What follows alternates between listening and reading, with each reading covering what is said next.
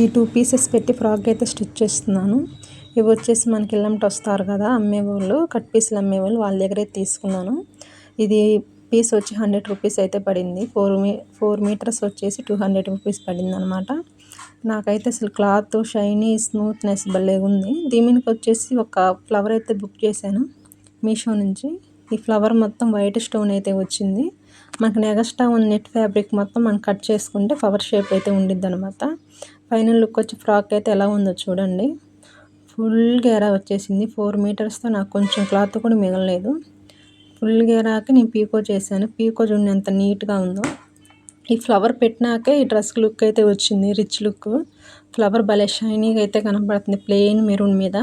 హ్యాండ్స్కి వచ్చేసి puff hands పెట్టేసి చిన్న పఫ్ అయితే ఇచ్చాను, ఎలాస్టిక్ అయితే వేశాను.